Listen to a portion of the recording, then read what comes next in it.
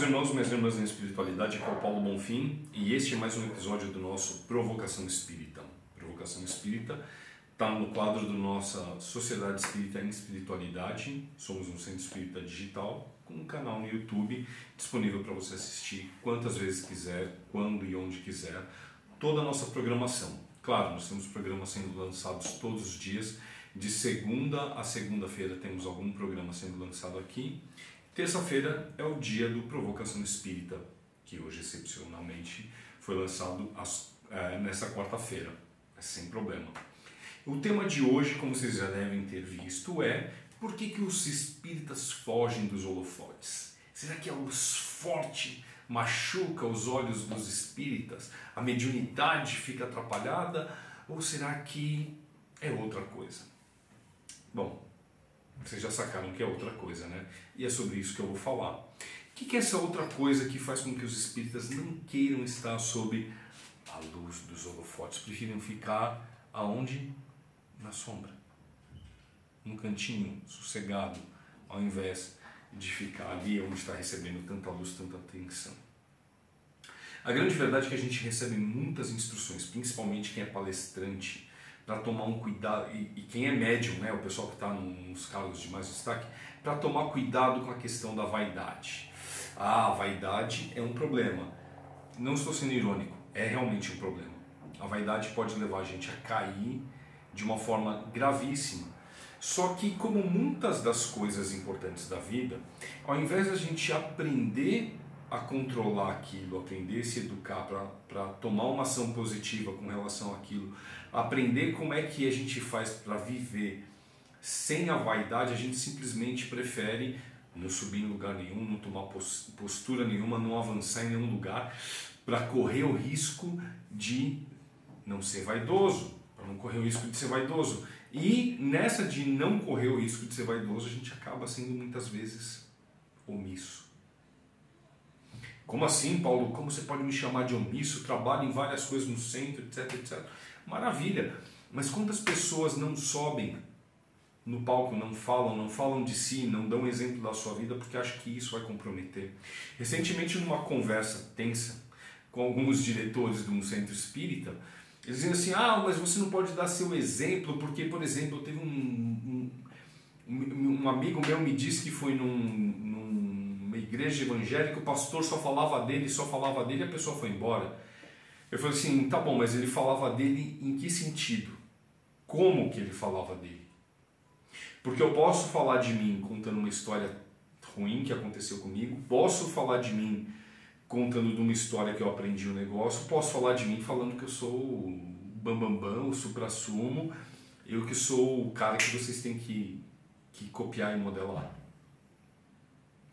Dentro de um centro espírita, dentro de uma casa espírita, é lógico, o modelo que deve ser seguido, tem sempre que se manter isso em mente, o modelo moral a ser seguido é Jesus. Mas não quer dizer que a gente não possa contar exemplos próprios, exemplos de pessoas próximas, exemplos de coisas do nosso dia a dia, justamente para ilustrar as coisas da moral que Jesus falou, as nossas dificuldades, as nossas superações, e mostrar o quanto aquilo ali é prático. Sermos um exemplo para as pessoas. Isso não é ser vaidoso. Isso é estar colocando um exemplo de uma forma que fique mais próxima para as pessoas. Tem diretor de espírita que discorda. E eu pergunto, vocês, diretores espíritas que discordam, já deram uma palestra de algum jeito fazendo isso? Já viram a reação do público? Já conversaram depois com as pessoas para ver o que elas pensam a respeito disso? Porque eu faço isso há muito tempo. Eu dou exemplos pessoais, eu conto situações da minha vida, eu falo de mim, falo das minhas filhas, falo da minha mãe, falo da minha esposa, falo do que aconteceu comigo num dia. E no final do dia as pessoas vêm e falam assim, poxa Paulo, comigo aconteceu uma coisa muito parecida. Poxa Paulo, eu conheço alguém que está passando por uma situação muito parecida. E você deu uma luz, você esclareceu, você mostrou que... Não porque eu sou o exemplo, mas porque eles veem um exemplo do dia a dia. Se eu só coloco exemplos do passado, o que adianta? Jesus não falava da época das pedras para contar as parábolas dele. Ele pegava exemplos do cotidiano. Ele pegava coisas que estavam acontecendo ali no dia a dia das pessoas.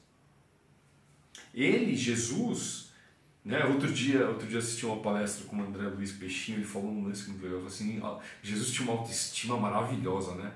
A autoestima de Jesus era um outro nível, né? Porque ele chegava e falava assim, eu sou o caminho, a verdade e a vida. Ele não falava assim, olha, pode ser que eu seja o caminho e às vezes vai ter uma verdade em mim e se você quiser viver, pode ser que se você vir comigo dê certo, pode ser que não. Não, eu sou o caminho, a verdade e a vida.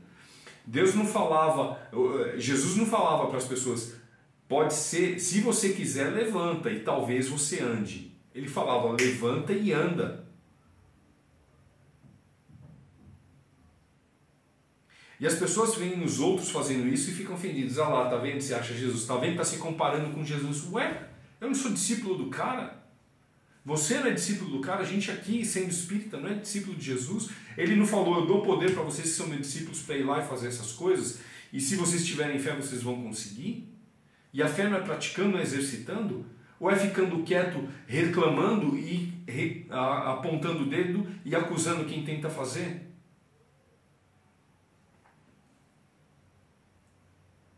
As pessoas que estão nas sombras, elas têm um incômodo enorme com as pessoas que estão na luz, quando na verdade elas deviam querer ir para a luz também, se arriscar e ir. E essa live aqui é para fazer um chamado para você espírita, que pensa que é errado se dar bem na vida, ganhar dinheiro, ter um bom casamento, ter um bom carro, ter uma boa casa, ter uma boa família, se vestir bem, falar bem,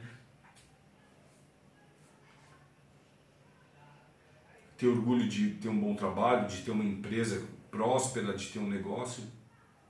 A gente não tem que vangloriar essas situações, mas a gente também não tem que criticar.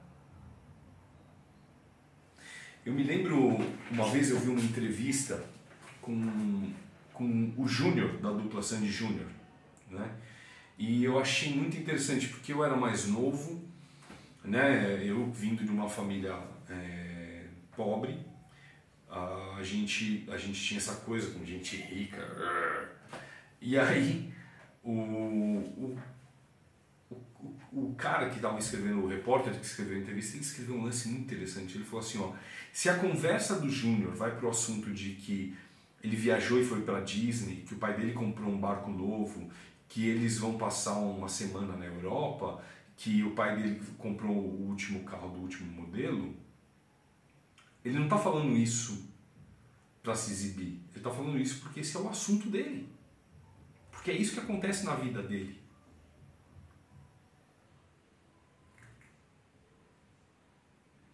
E por que a gente se incomoda com isso?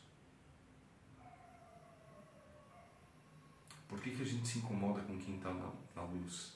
Por que a gente se incomoda com quem tem mais e melhor do que a gente? As pessoas mais sábias são aquelas que veem aqueles que fazem coisas que elas ainda não conseguem e buscam aprender. E sempre para falar, me ensina a fazer isso que você fez. Que interessante, né? Que interessante. A grande beleza que o Espiritismo deveria trazer é nós não termos medo de dar a cara a tapa, de nós não termos medo de falar o que pensamos, de nós não termos medo de experimentar e provar certas coisas, nós não termos medo de ouvir ideias diferentes, falar sobre coisas, assuntos que podem às vezes ser meio polêmicos, mas que a gente tenha um controle, e que principalmente a gente não tem medo de estar à frente das coisas, estar em destaque. Olha que coisa maravilhosa nós termos Chico Xavier. Que bom seria se tivéssemos mais Chico Xavier. E eu acho que a gente não tem, porque muitos Chico Xavier se calaram, se esconderam, ficaram quietinhos, ficaram trabalhando num centro pequenininho. Não, aqui tá bom para mim. Quantos Divaldo Pereira Franco nós devemos ter por aí que a gente não vai saber nunca, porque eles pensaram, mas eu acho melhor não, eu acho que eu ainda não sou bom o suficiente, que eu não mereço, acho que aí é complicado, porque eu posso cair no erro de... Erra, aprende, conserta, pede desculpa, avança. mas não se esconde, não foge para as sombras. Teu talento merece ser visto. Nós somos luz. Nós somos a luz do mundo, foi isso que Jesus disse para nós. E por que a gente... E uma luz a gente não pega e põe embaixo da mesa, esconde, a gente põe em cima, onde todo mundo pode ver. E se nós somos a luz, por que a gente se esconde embaixo da mesa? Nós deveríamos nos colocar em cima para todo mundo ver. Nós somos a luz do mundo, você é a luz do mundo. Não tenha medo, não tenha medo de errar. Não tenha medo de errar. O melhor jeito para você... Eu comento que eu tenho uma sorte na minha vida de ter a Karina, minha esposa, que sempre me ajuda, quando eu estou voando demais, me ajuda a colocar meu pé no chão. E claro que às vezes eu falo para ela, não, é isso mesmo, agora é modo de voo mesmo, a gente tem que voar, né? Mas quando eu estou muito fora, ela me puxa, ela me ajuda. Mas eu tenho a Karina porque eu permiti a Karina estar na minha vida. No seguinte sentido, todas as vezes que ela me criticou, que ela apontou alguma coisa que ela discordava, que ela falou alguma coisa que ela achava que eu estava fora, eu ouvi. Por mais que imediatamente eu não concordasse, eu ouvi. E pensei a respeito e pude dar um parecer depois para ou concordar ou discordar e falar assim, não, você está equivocada, por causa disso, ou falar assim, você tem razão, obrigado por ter me alertado. Entende?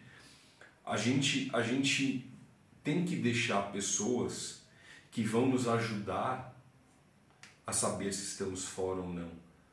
Mas não podemos deixar de tentar, com medo de errar. Tenha certeza de uma coisa, você vai errar. Quando a gente está fazendo coisas grandiosas, quando a gente está buscando uma coisa melhor na nossa vida, pode ter certeza que a gente vai errar. Só não erra quem não faz nada. Quem faz alguma coisa, quem busca alguma coisa para realizar na sua vida, vai errar. E tudo bem. Tudo bem.